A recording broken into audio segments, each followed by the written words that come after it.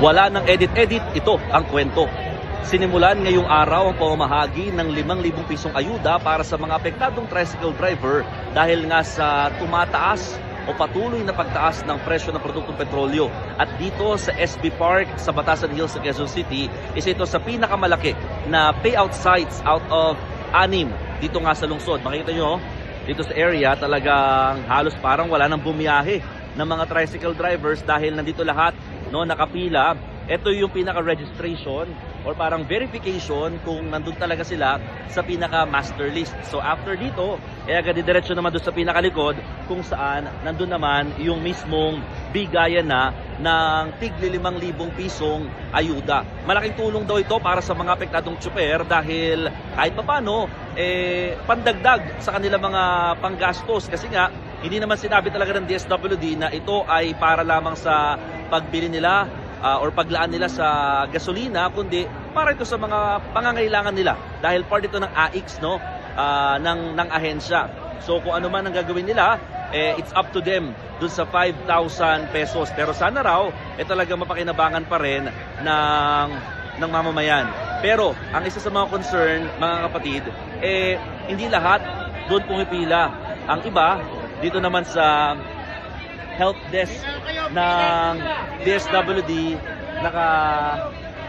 naka-line up, no? Dahil dito, ang mga concern nila usually mga maling spelling ng apelido at mga maling birthday doon sa master list. So kailangan lang nila i-verify yan at binibigyan naman sila ng certificate of one and the same person para ma-process at mabigay na kaagad, no, yung kanilang 5,000 pesos din na ayuda at mapila na sila doon.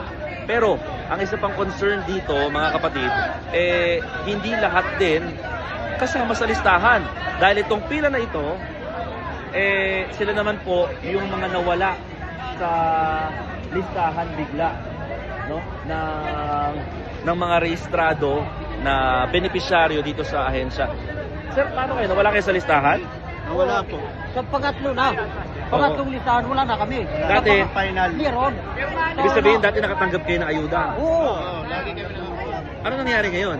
Wag ko lang. Nawala po. Depende sa kanila kung ano. Oo. Sige na, mabilis lang naman. Sige na. Kasi ang concern, mga kapatid, ang paliwanag ng DSWD or ng LGU, out of 33,000 na pangalan na kanilang isinumite, 23,000 lang ang lumabas sa tinatawag na clean list ng ahensya. Ano yung nasa 23,000 na yan at ano yung mga nawala, no? More than 7,000 daw ng mga nawala ay pawang for compliance. Ito din yung mga maling datos, no? Habang yung more than 2,000 naman ay mga duplication o mga nadoble yung pangalan sa listahan. Kaya yan yung inaayos ngayon ng ahensya. So ngayon mukhang pagbibigyan sila na listahan or magkakaroon sila ng panibagong form na i-fill out kasi nga mga legitimate daw sila na mga tricycle drivers. Pero yun nga, ang concern kasi nila, hindi sila bumiyahe para dito at kung sakasakali pababalikin sila, ibang schedule na ng TODA ang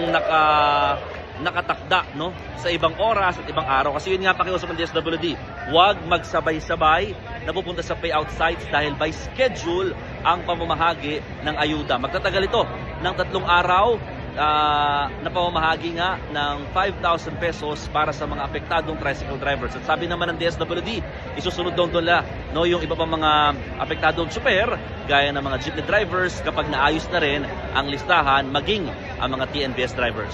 O paano? Ako po si Mon Gualvez ng News 5 at yan ang aking istorya ngayong araw.